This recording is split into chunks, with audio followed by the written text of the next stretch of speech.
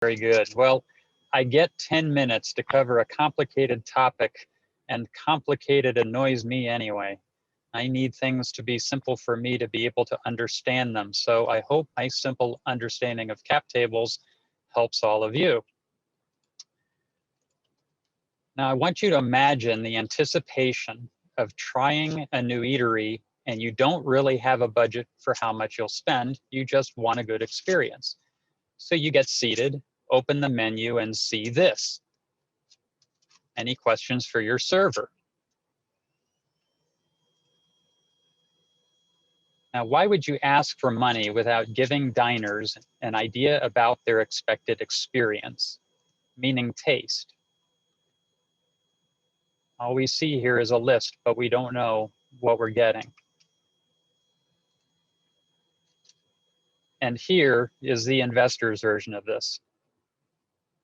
Why would you ask for money without giving investors an idea about their expected experience, meaning return on investment? And you know, the number one objection that I hear from founders when I ask them to tell me about my expected returns is,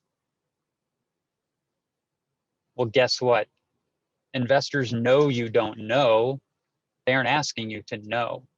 They're asking you to tell them what your best guess is. I mean, what are you aiming for? Zig Ziglar said this.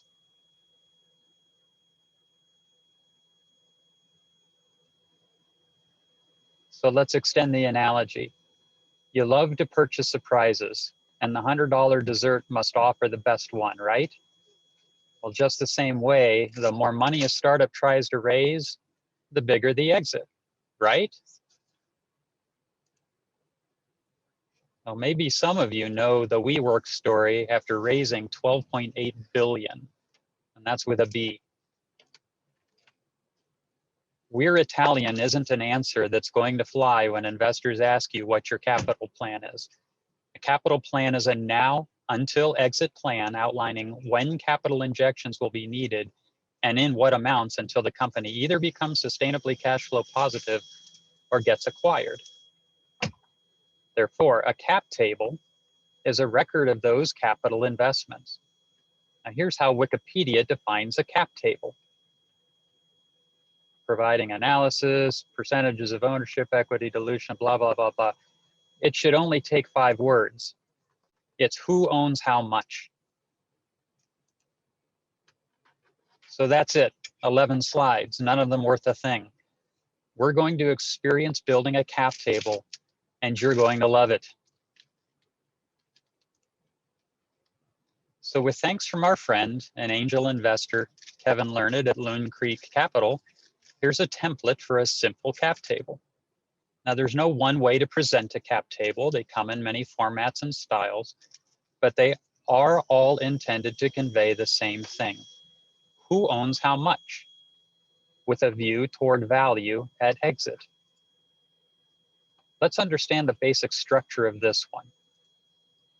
Horizontally, we're going to plot a founder round, 2 investor rounds, and an exit. And vertically, we're going to show 2 co-founders and 2 investor groups.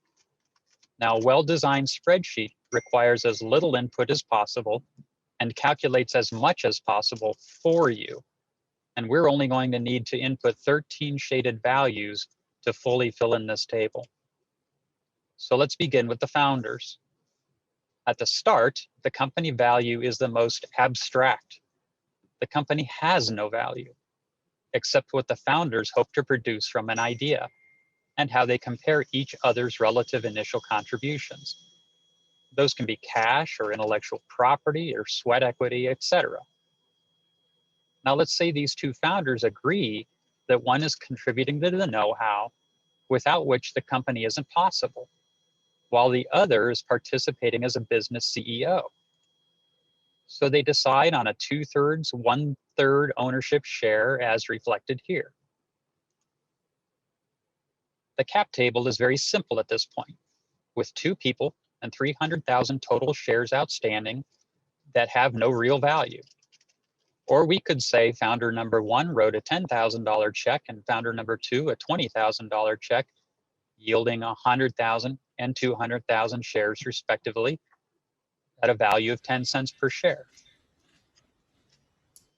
But here's an interesting element. Out of the shares the company has authorized to issue, it can set some aside for recruiting key employees that might be willing to take a risk on an early startup that isn't financially stable yet, and be partially compensated with stock options. We aren't going to go deep into understanding the finance of options, but this will be a simple primer to introduce the concept. 33,500 shares put aside is about 10% of the company at this point. And we can see the impact here. This also offers the first view of dilution, where issuing more shares to new owners reduces those past owners' relative ownership of the company. Do you see that? Note that these are common shares of stock, which is typical for owners and employees.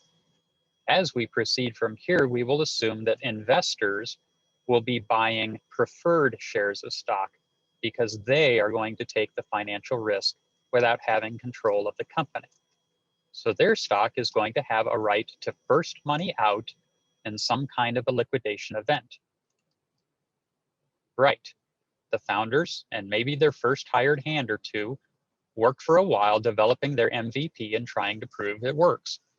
They've generated some data, believe it's promising, and next they need capital to launch, find some paying customers, and prove the opportunity some more. They decide they need $1 million to continue development, hire sales and support, and buy some marketing. But what is that $1 million of financing worth? Valuation is still an abstract concept at this company stage and a topic for a separate session. Trust me, it's as abstract as art is fascinating. But we need to skip that for now. Let's say the company found a lead investor and negotiated a $3 million pre-money valuation. Pre-money means we're going to add the amount being raised to it for a total post-money value of $4 million. Now you can do this math. What is 1 million divided by 4 million? 25%, right? So at the end of this round, the common stockholders, that is the owners and employees, own 75% of the company, and the new preferred investor shareholders own 25% of the company. The raise divided by the number of shares outstanding prior to this round yields a per share of $9. Now don't get too excited. Your new company doesn't suddenly have a $9 stock, except on paper. It's all relative. If you had initially issued 3 million shares instead of 300,000, with the same percentage of ownership between the two founders, the stock price would now have been 90 cents per share. It's not changing the raw value of the company, it's only reflecting how many slices you initially divided it into. Now, some founders are smart enough to keep investing in each round alongside new investors to show their confidence in their own success. So let's say that the two founders each chip in a little on the first investor round. That leaves $970,000 left for new investors to fill. And once they do, a total of 444,667 shares are outstanding, common and preferred combined. So now round two comes along. The company has been making real progress and achieved $1 million in annual revenue, so it can raise more money at a higher valuation.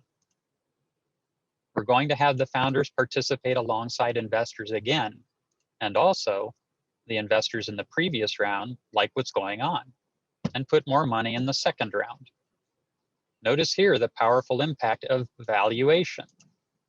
In the first investor round, $1 million bought nearly 25% of the company. By the second investor round, there's theoretically less risk of failure. So it takes $3.5 million to buy almost the same stake, now at $22.49 per share. 638,000 plus total shares have been issued, and you can see the relative ownership across founders at each ownership group. But what's this all for without an exit? Let's say the founders forecast reaching 10 million in annual recurring revenue and that this is a software company. So they believe they'll get an acquisition offer for $100 million. Divided by those percentages, the founders may have given up over half of the company to make it to the finish line. But still, they did pretty well, hey? Let's look at the multiples of investment which interest investors the most. First round investors that took a lot more risk at a lower valuation before the company had proven itself earned a 17.4 multiple, while the later investors earned a 7 multiple. Yet the last investors in didn't need to wait as long for their return. The blended multiple for the first group of investors was 12.5. That's lower than 17.4, but instead of turning 1 million into $17 million, they turned 1.85 million into almost $23 million. So in conclusion, it's obvious that in real life, this table can get much more complicated with investor terms like preferences and participation rights, conversion of notes, and more. But that's for the 10-week course, not the 10-minute one. If this provided you with just a brush of what cap tables are about, I'm glad I could help.